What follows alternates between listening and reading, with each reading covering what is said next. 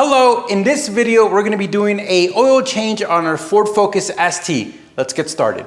We're gonna start off by lifting one side of our Ford Focus ST. I've got a jack adapter, and a jack stand. We're gonna find a pinch weld and we're gonna lift up the car. And we put a chock block in the back wheel. And we're gonna place a jack stand on the part where we could support the vehicle just in case if something happens. We're gonna go ahead and remove the under panel. We're gonna start off by taking off these little bolts, and they are T25s.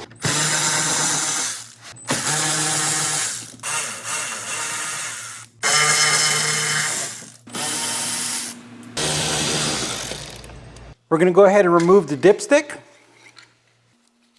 and the fill cap.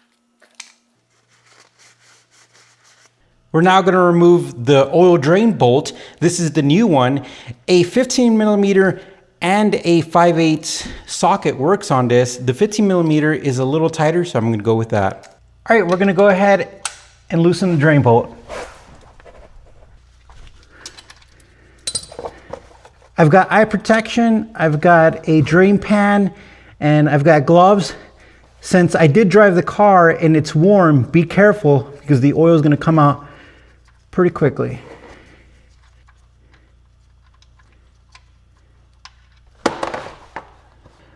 All right, we're gonna let that drain. So we removed our jack stand, and this is the part where you have to be careful. Do it at your own risk. I know that my drain pan is short enough, so I'm not gonna crush anything. And all I'm gonna do is I'm just gonna lightly lower the car down slowly.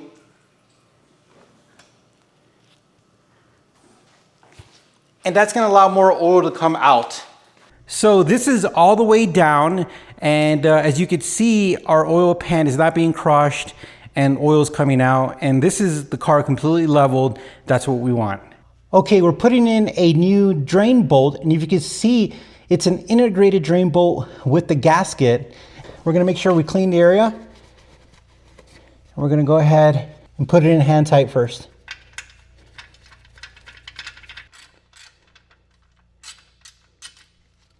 And then we're gonna tighten it down to 20 foot-pounds using our torque wrench.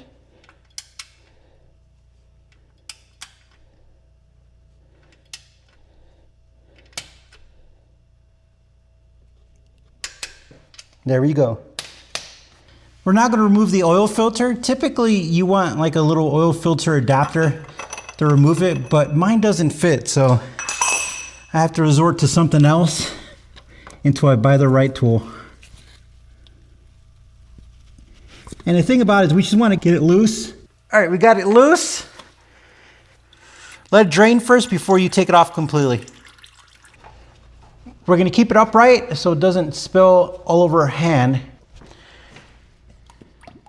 Pour out some of that oil from it. Set to the side. Here's our new oil filter. I only use OEM parts. We went ahead and put some oil on the gasket, and let's go put it on.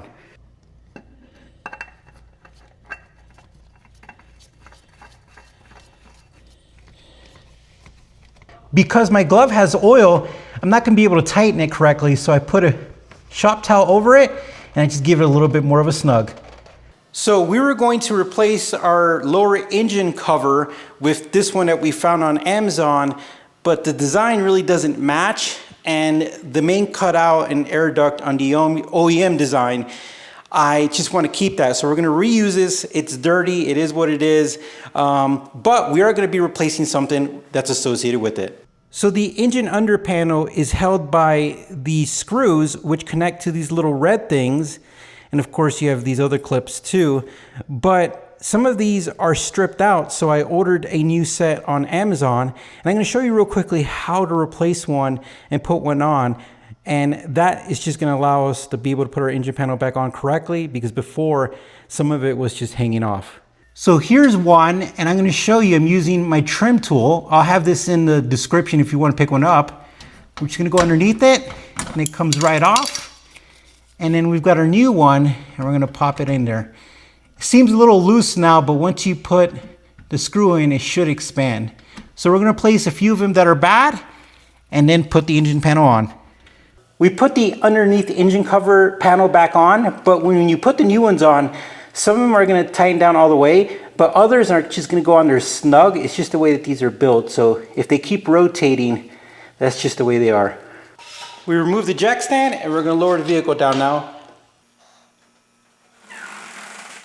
It's time to put in some oil. We have 5W30. It matches with what our car requires. It takes 5.7 quarts. We're gonna start off with 5. So I put in 5.5 quarts. We're gonna start the car. We're gonna let it run for about 10-15 seconds, turn it off, let it sit there for about 5 minutes, and then we're gonna check our dipstick. The goal for our dipstick is we want the line to be pretty much right at the top of the hash marks. That's gonna be full. And then you're done.